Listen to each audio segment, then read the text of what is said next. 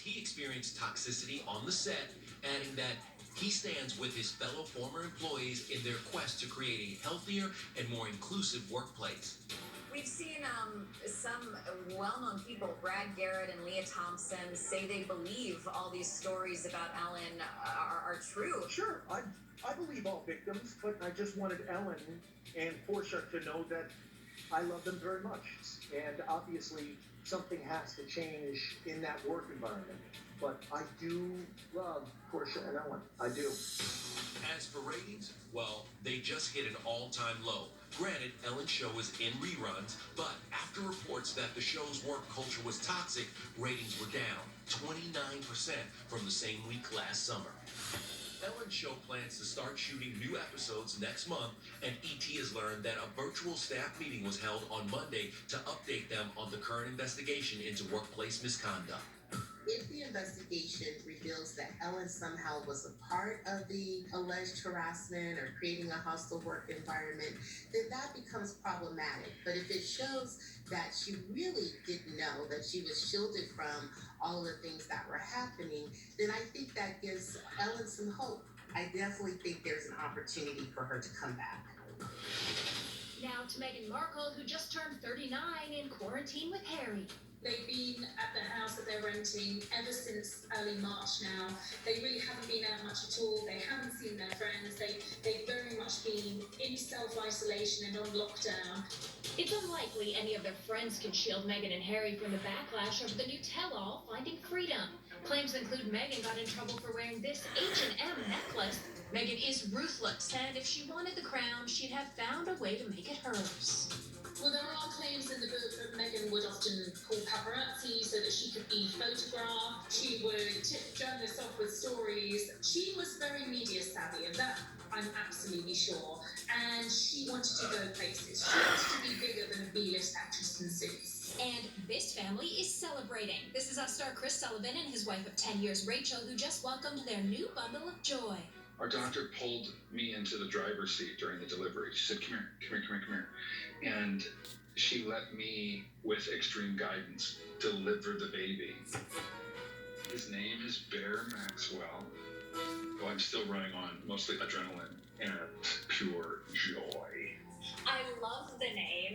Where did it come from? Yeah, it turns out that the bear is a symbol of awakening joy. You're known for your fashion. Does this mean that Bear also will be dressing like to the nines? You would not believe this kid's closet. Lots of hats, lots of bright colors. The first-time dad admits he's a little sleep-deprived, but he's got the parenting thing down, thanks to all the practice he's had on This Is Us.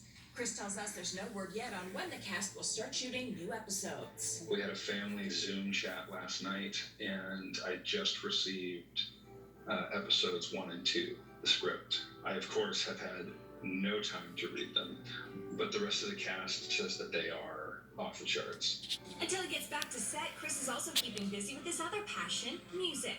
He's featured on his buddy Shane Patterson's new song, Divided, and it's a whole new sound for him. The song is a lot about that feeling, that push and pull of whether it's depression or anxiety or joy. You know, like right now, I am divided between extreme joy and extreme exhaustion.